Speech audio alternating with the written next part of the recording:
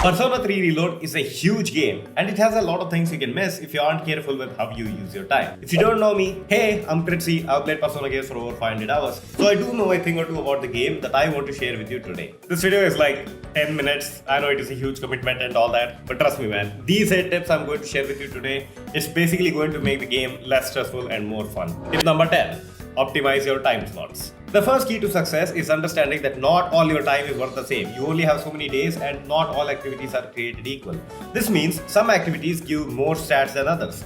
If you spend time on early stat games early on, the game will just lock you out of powerful social links and abilities down the road because you won't have enough time. So here's the main strategy. Prioritize activities that demand a lot of money. The pricier the activity, the more points it gets. This means every other thing other than arcade sucks unless you want to boost a specific stat. So here's a priority order. Always go to arcade first. If it's not open, go to net cafe. It's not open, go and buy a restaurant special. Also, the very first social stat you need to be absolutely focused on increasing is courage. You need to get courage to level 2 because this unlocks Club Escapade, which makes grinding in Tartarus 10 times easier. Tip number 9. Always carry a matching persona. This is a simple but non-negotiable habit you need to build. Never hang out with a social link unless you have a persona of their matching arcana with you. When you have a matching persona in your stock, you get a bonus point for every dialogue option, which massively speeds up how fast you rank up. Missing out on these freebies can be the difference between you maxing out all the social links and just leaving one or two unfinished. Tip number 8. How to prioritize social links. Okay, so I will give you the simplest guide on how to prioritize social link. Number 1. Try to do rank 1 of every social link you can unlock so you know who and when somebody is available.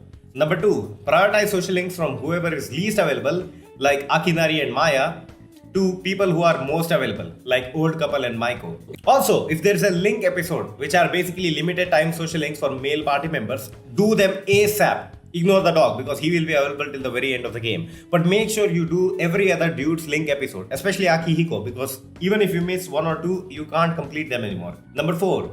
If you talk to your character and the message pops up, you don't think your bond will deepen just yet, tell them to f off and don't speak to them because it is a complete waste of time. During later parts of the game, the man in Club Escapade will sell you website links that you can use to increase points for these characters during night time. And this is the most efficient way to do all the social links. I know how tempting it can be to focus on grinding max social stats to date party members like Fuka and Yukari, but trust me, it is just not worth it. The game will constantly bombard you with free stats during later parts of the game, and if you have them maxed out, it will all be wasted. Tip number 7. Tartarus, part 1. Pre-planning. These 2 tips are going to be my longest tips yet, so it might take a while. Buckle up. Every time you defeat a full moon boss, you can unlock a bunch of floors for Tartarus. And if you want to save the most amount of time, you must clear every single floor of Tartarus as soon as it is available. To achieve this, you need to prepare a few things. Number 1, fortune teller, and number 2, SP management. Before going to Tartarus, visit the fortune teller at Club Escapade and buy rarity fortune to increase your chances of finding rare golden shadows. All the other fortunes aren't as good as rarity fortune. And make sure you bring plenty of HP restoring items from the medical shop. It has discounted prices on Saturdays, so do it then. Second, the reason you need HP restoring items is because for the majority of the non-boss enemies, you are going to be using physical attacks with MC and Junpei. This is so that you can use all your SP on gatekeepers and golden hands. By using physical attacks, you only use HP, something that you can easily restore by using the healing items that you bought beforehand.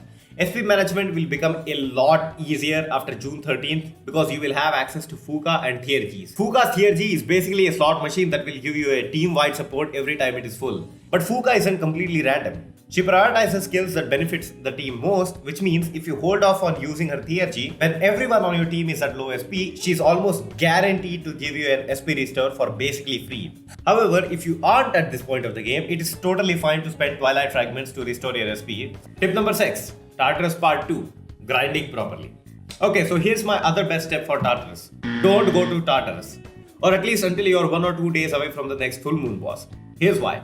Persona 3 Reload has added this new type of requests called missing people requests. And the thing is, you might think, oh, I will go to Tartarus and instantly finish this quest. Do not do that because some of these requests will only appear later on.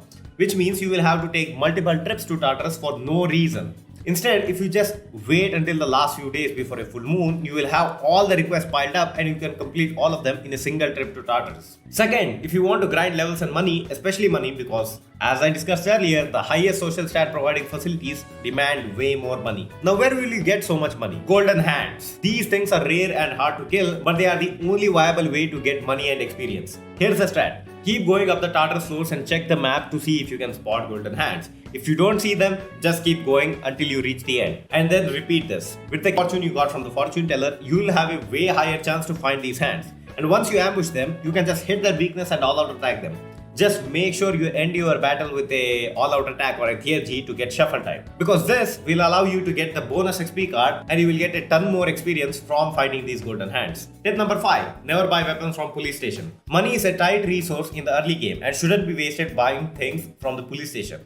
Instead, just hold off until you gain access to the antique shop. You will naturally get good weapons and armor from Tartarus, and you can get items from defeating the enemies which you can trade at the antique shop that sells the best weapons and armor in the game. I'm going to be completely honest with you, I am playing the game on merciless difficulty, the hardest one, and I have literally never used the police station for anything other than selling items. And it's worked out great. Tip number 4. Fuse personas with purpose. The real power in Persona 3 Reload isn't in levels, but it's in skill inheritance. A level 20 persona with the right skills can be 10 times more useful than a level 41 with a junk moveset. You are going to start fusing personas not for levels but for what purpose they serve. This means instead of just throwing the most powerful elemental skills on everything, you will have to start assigning roles to your persona. You can have a persona that has access to all the elemental types to hit weaknesses, or just one with amplifying skills. This can be your primary magic user. You can have a persona that has high strength and all physical boosting skills that can just one-shot enemies through critical hits. You can have a persona with high luck that's focused on hitting the enemies with debuffs and ailments. And lastly, you can have a persona that's focused on healing the party and removing debuffs and status ailments. And just with these 4 types of personas, you can basically do every single fight in the game. Also, here's a bonus tip. Make sure you try to duplicate your good cards from the shrine. You can duplicate 1 card per day for free at the shrine. So yeah, it allows you to make some really powerful personas. Tip number 3. Make debuffs and buffs your foundation. On harder difficulties, you will constantly get one-shotted. This is unless you apply the proper debuffs on the enemies. If you're fighting a boss on harder difficulty, make sure you constantly have a Tarunda on them. Or else when they whip out a AoE attack that targets weaknesses, you will be sent straight back to the title screen. Also, some Tartarus bosses can be afflicted with status ailments. So if the boss looks like he does a lot of damage, just hit them with the status effect and they will pretty much be harmless for the majority of the fight. Tip number 2. Use Theurgies strategically. Theurgies are very powerful. So that means if the enemy has reduced defense or if your attack is charged by concentrate or charge, you will basically one-shot the enemy. So don't use your Theurgy as soon as it is available. Make sure you have the proper buffs and debuffs to take full advantage of them. This is a simple tip, but let me tell you, it shrinks an hour-long boss fight into just 10 minutes if you play your cards right. Tip number 1. Embrace the rewind feature for optimization. And the number 1 tip that ties everything together is to use the damn rewind feature. So many players mess up and refuse to use it because they think it is cheating using this or something. Bruh, the devs literally gave this to you. It's not a damn debug menu. It's there for you to experience more things in the game that you normally can't because it would waste time. This especially comes in handy when you're doing things that would normally give you nothing, but you want to experience the story. For example, in the later parts of the game, the group will invite you to a study session or to go out for a movie. But at this point of the game, you will have maximum social stats. So doing this would essentially be useless. However, I still always said yes because I know I can just go back using the rewind feature. Persona 3 Reload is a big game, so this will help you out if you accidentally forgot to do something the previous day and want to go back. Or maybe you just want to explore some different dialogue options. And this is why I want to make it a bit explicit, that it is totally fine to use guides for the best dialogue options, classroom answers, or just knowing how to beat a boss. That's totally normal. Just don't give other people the power to make you feel bad for using it. So hey, if you enjoyed this video, learned something new, or just love Persona content in general, leave a like on the video and subscribe for more content like this. Oh, by the way, I have covered my best tips for other Persona games, which you can check out right here.